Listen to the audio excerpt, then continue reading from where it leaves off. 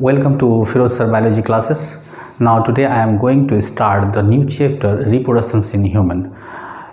First of all, would like to discuss with you the some terms related to this chapter. Now I am going to deliver that words. The first word will be unisexual.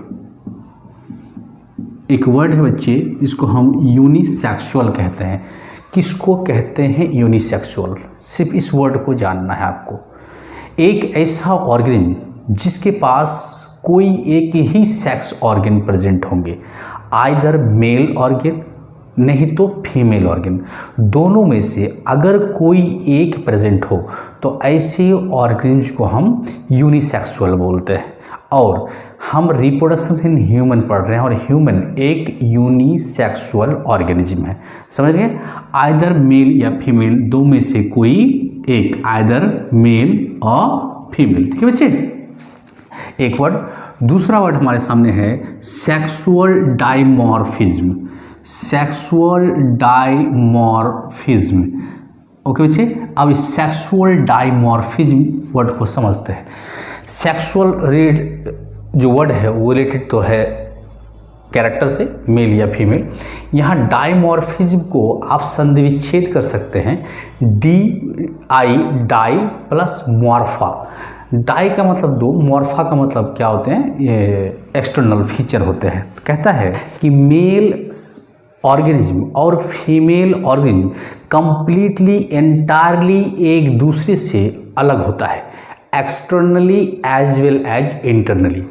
अगर दो जीव, दो sex character, एक mail और एक female, दोनों एक दूसरे से किसी भी प्रकार से रिजेंबल नहीं होता, एक्सटर्नली और इंटरनली एक दूसरे से भिन्न होता है, भिन्न दिखता है, तो ऐसे के लिए शब्द यूज होता है सेक्सुअल डाइमॉर्फिज्म। ओके बच्चे, इस बात को याद रखिएगा। ये हो गया है ना। तो क्या हो कहेंगे इसमें कि बाय लुकिंग ये क्या हो जाएंगे? डिफरेंट हो जाएंगे। ठीक है बच्चे, है ना। अब नेक्स्ट वर्ड हमारे पास है गैमेटोजेनेसिस। गैमेटोजेनेसिस बच्चे, ये जो गैमेटोजेनेसिस है इसको भी आप दो वर्ड में तोड़ सकते हैं, है ना। क्या है? एक वर्ड इसमें गैमेट है और दूसरा वर्ड इसमें जेनेसिस है। गैमेट का मतलब जानते हैं सेक्स सेल है, और ये जेनेसिस का मतलब उत्पन्न करना, प्रोड्यूस करना। तो एक ऐसा प्रोसीजर, एक ऐसा प्रक्रिया जिसके द्वारा सेक्स सेल या गैमेट को प्रोड्यूस किया जाए, ऐसी प्रक्रिया को हम गैमेटोजेनेसिस कहते हैं। समझ बच्चे? यानी कि just it is the process to produce a gamete. और आप जानते हैं बच्चे कि इस दुनिया में दो प्रकार के गैमेट होते हैं, एक को हम मेल गैमेट बोलते हैं और एक को हम फीमेल गैमेट बोलते हैं। तो मेल गैमेट को भी प्रोड्यूस होना पड़ता है और फीमेल गैमेट को भी प्रोड्यूस होना पड़ता है। दोनों गैमेट के इस प्रोडक्शंस को कलेक्टिव फॉर्म में हम गैमेटोजेनेसिस कहते हैं। लेकिन इस गैमेटोजेनेसिस को आप दो भाग में बांट सकते हैं और एक और नए शब्द यूज कर सकते हैं कि इस गैमेटोजेनेसिस में एक भाग स्पर्मेटोजेनेसिस और दूसरा भाग oogenesis। इसको हम चौथा नंबर, पांचवा नंबर, 3, 4, 5 ना, एक को हम oogenesis कह सकते हैं बच्चे। ठीक है, ये गैमेटोजेनेसिस को दो प्रकार है ना। इस जगह पर क्या है? स्पर्मेटोजेनेसिस। फिर इसको आप संधि विच्छेद कर सकते हैं। इसमें एक वर्ड है स्पर्म, है ना, दूसरा वर्ड है जेनेसिस। ठीक है बच्चे, यहाँ स्पर्म से रिलेटेड है कि मेल सेक्स सेल को आप कॉमनली स्पर्म के नाम से जानते हैं, और जेनेसिस का मतलब क्या है? उत्पन्न करना। यानी गैमेटोजेनेसिस का वह प्रकार जिसके अंतर्गत एक मेल सेक्स सेल का प्रोडक्शंस होगा, उसको आप स्पर्मेटोजेनेसिस कहेंगे। दूसरे शब्दों में, spermatogenesis is a type of gametogenesis in which male sex cell या मेल गैमेट विल प्रोड्यूस। बिल्कुल आसान है। दूसरे शब्द यहाँ ऊ वर्ड से आया है एग का, और जेनेसिस का मतलब है उत्पन्न करना। ठीक है, यानी एक ऐसी प्रक्रिया जिसमें अंडे उत्पन्न होगा या एग उत्पन्न होगा। तो ऐसा कर सकते हैं कि oogenesis is a type of gametogenesis by which female sex cell और फीमेल गैमेट विल प्रोड्यूस। ये आप दोनों वर्ड को आप जो है डिफाइन कर दिए बच्चे। ठीक है, अब ये दोनों वर्ड को डिफाइन करने के बाद एक नेक्स्ट वर्ड आता है हमारे पास 4, 5 और ये 6, ठीक है, कि इंसीमिनेशन। एक वर्ड दे रहे हैं बच्चे, इंसीमिनेशन, बिल्कुल आसान है। इंसीमिनेशन क्या है? चूँकि हम सेक्सुअल रिप्रोडक्शंस पढ़ रहे हैं और ह्यूमन एक यूनिसेक्सुअल ऑर्गेनिज्म है।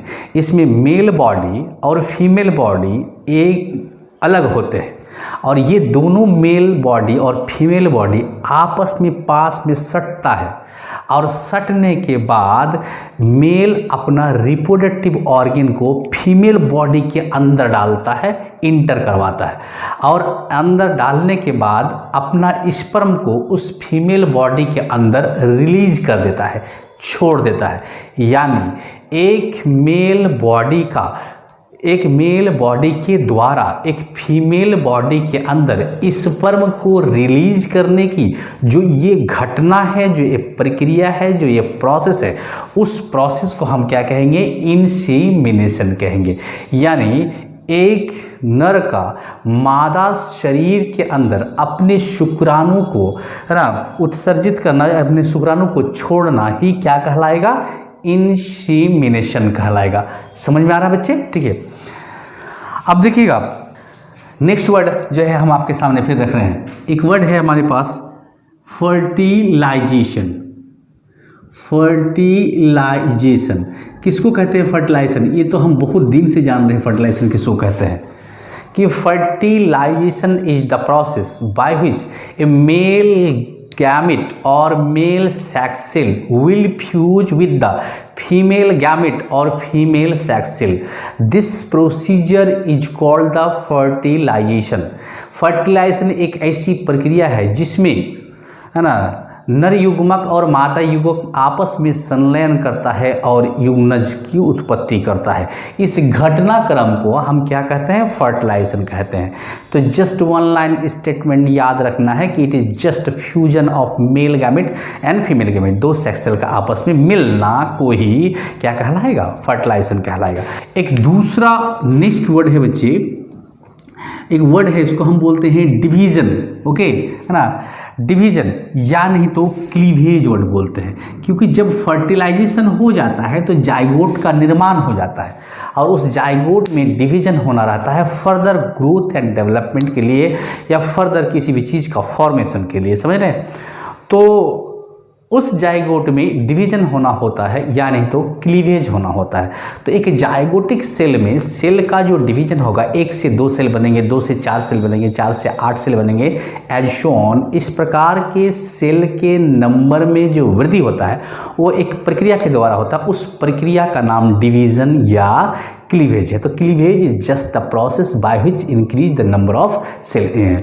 इस जगह पर समझे बच्चे? तो इसको आप याद रखिएगा, है ना। अब देखिए नेक्स्ट वर्ड हम देते हैं इम्प्लांटेशन। इम्प्लांटेशन जनरली बच्चे हम जो है अभी ह्यूमन रिप्रोडक्शंस पढ़ रहे हैं, ठीक है। फर्टिलाइजेशन हो गया तो फिर क्लीवेज हो गया, जाइगोट पर एम्ब्रियो बनेगा, फिर एम्ब्रियो जो है क्या होते हैं? माँ के गर्भ की दीवार से जाकर चिपकता है। एक मदर उम का या यूटेराइन वॉल के दीवार से एक एम्ब्रियो के इस चिपकने की घटना को, इस सटने की घटना को, जुड़ने की घटना को हम क्या बोलेंगे? इम्प्लांटेशन, रोपण। ठीक है, इम्प्लांटेशन। तो it is nothing, it is just attachment of the embryo with the wall of uterus या यूटेराइन वॉल व मदर वॉम्ब। इस प्रकार से गर्भाशय की दीवार से चिपकने की इस प्रक्रिया को हम क्या कहेंगे? इम्प्लांटेशंस कहेंगे। समझे बच्चे? जब इम्प्लांटेशन जैसे कि फर्टिलाइजेशन हुआ तो फिर क्लीवेज हुआ, फिर क्लीवेज हुआ तो फिर इम्प्लांटेशन हुआ। अब जब इम्प्लांटेशन हो जाता है तब उस मदर बॉडी में और उस डेवलपिंग फीटस में, एम्ब्रियो में, क्योंकि एम्ब्रियो ही डेवलप करके फिर क्या बनाएंगे? फीटस बनाएंगे। ठीक है बच्चे? तो वो जो मदर ओम है, माँ का गर्भाशय है या यूट्रस है, उस यूट्रस के दीवार से और उस बच्चे के बीच एक कनेक्शन इस्टेब्लिश्ड होता है। उस कनेक्शन में कुछ टिश्यू उस एम्ब्रियो और उस वॉल के बीच डेवलप होता है, बनता है, इस्टेब्लिश्ड होता है, ताकि उस मदर ओम्ब में और उस बच्चे के बीच एक कनेक्शन इस्टेब्लिश्ड किया जा सके। वो कनेक्शन इस्टेब्लिश्ड करने की जो प्रक्रिया है, जो घटना है, उस घटना का नाम है प्लेसेंटेशन। प्लेसेंटेशन प्लेसेंटेशन एक प्रक्रिया है, एक प्रोसीजर है जिसमें प्लेसेंटा का फॉर्मेशन होता है। और प्लेसेंटा जो है टिश्यू है which is act in between the uterus wall and the developing embryo for a transfer the nutrition. माँ के बॉडी में और बच्चे में न्यूट्रिशन का ट्रांसफ़र करने के लिए, जो एक्सचेंज होने के लिए जो सेल्स टिश्यू काम करते हैं, उस टिश्यू को हम प्लेसेंटा बोलते हैं। और वो जिस विधि से बनाया जाए उस विधि को हम क्या बोलते हैं? प्लेसेंटेशन बोलते हैं। जब ये प्लेसेंटा का निर्माण हो गया तो उस एम्ब्रियो को फर्दर न्यूट्रिशंस वगैरह मिलते रहेंगे, फिर ग्रोथ एंड डेवलपमेंट चलता रहेगा, है ना। और माँ के गर्भाशय में एक बच्चा अगर ह्यूमन है तो 9 महीना, नहीं तो 38 वीक, नहीं तो 280 डेज उसका लालन पालन माँ के गर्भाशय के अंदर होता है। ये जो टाइम पीरियड है 9 महीना का या 38 वीक का या 280 दिन का, इस टाइम पीरियड को हम जेस्टेशन पीरियड कहते हैं, जो शुरू कहाँ से होता है? इम्प्लांटेशन से शुरू हो जाता है। समझे बच्चे? तो नेक्स्ट वर्ड आएगा हमारे पास जेस्टेशन पीरियड। बाबू जेस्टेशन पीरियड क्या है? कहता है एक टाइम है, एक समय काल है जिसमें माँ के गर्भाशय में रोपण हुआ है, एक बच्चे माँ के गर्भाशय की दीवार से जाकर चिपका है, एम्ब्रियो जाकर चिपका है। चिपकने के बाद ग्रोथ एंड डेवलपमेंट होने के बाद फीटस बनके एक बच्चा जब माँ के पेट से बाहर निकलता है, यानी कि डिलीवरी हो जाती है, यानी चाइल्ड जो है एक्सपेल्ड कर दिया जाता है, माँ अपनी बॉडी से जब बाहर निकाल देता है उस बच्चे को, उस बाहर निकल यानी कि बर्थ तक के समय काल को हम क्या बोलेंगे? जेस्टेशन पीरियड बोलेंगे। यानी एक समय जो कहाँ से शुरू हुआ है? इम्प्लांटेशन से, और एक और समय जो डिलीवरी ऑफ चाइल्ड में जाकर ख़त्म होगा, उसको हम क्या बोलेंगे? उस पूरी समय को जेस्टेशन पीरियड बोलेंगे। ठीक है। एक वर्ड है हमारे पास जिसको हम क्या कहते हैं? पार्चुरेशन बोलते हैं। बच्चे ये जो पार्चुरेशन है ये क्या है? ये just delivery of child from the mother body. माँ के शरीर से एक बच्चे का जन्म होना या माँ के शरीर से एक बच्चे का निकलकर बाहर आना ही क्या कहलाएगा? पार्चुरेशन कहलाएगा। तो ये इम्प्लांटेशन से लेकर पार्चुरेशन का जो टाइम पीरियड है यही क्या कहलाएगा? जेस्टेशन पीरियड कहलाएगा। एक वर्ड है हमारे पास गैस्ट्रुलेशन। जब एम्ब्रियो माँ के गर्भ में पल बढ़ रहे होते हैं उस वक्त सेल में डिफ्रेंशिएशन होता है, बहुत सारे सेल का फॉर्मेशन होता है, उस सेल में डिफ्रेंशिएशन होता है और वो सेल डिफ्रेंशिएट करके 3 तरह के जर्म लेयर का फॉर्मेशन करता है। और ये जो 3 तरह के जर्म लेयर हैं, उन जर्म लेयर का नाम है इक्टोडर्म, इंडोडर्म और मेजोडर्म। ये 3 तरह के जर्म लेयर का फॉर्मेशन होता है गैस्ट्रुलेशंस के अंदर। तो gastrulation is the process in which germ layer will be form at the embryonic stage. तो during the embryonic stage germ layer will be form. जिस प्रक्रिया के द्वारा जर्म लेयर का फॉर्मेशन होता है उस प्रक्रिया को हम क्या बोलते हैं बच्चे? गैस्ट्रुलेशन बोलते हैं। और यही 3 जर्म लेयर बॉडी के पार्ट के लिए निर्माण है। ये आँख, नाक, कान, हाथ, पैर, ये सब का जो निर्माण हुआ है इसी 3 जर्म लेयर से मिलकर बना हुआ है ना। यानी कि ये 3 layer is responsible for formation of the different part of human body. समझिए बच्चे, जो किस प्रक्रिया के द्वारा बना है? गैस्ट्रुलेशंस के द्वारा। जब एक गैस्ट्रुलेशन हो जाता है तो फिर ह्यूमन बॉडी के अंदर ऑर्गन बनना रहता है, और ह्यूमन बॉडी के अंदर ऑर्गन का बनने की प्रक्रिया को हम ऑर्गेनोजेनेसिस कहते हैं। उसको हम ऑर्गेनोजेनेसिस कहेंगे। तो organogenesis is the process by which organ will form.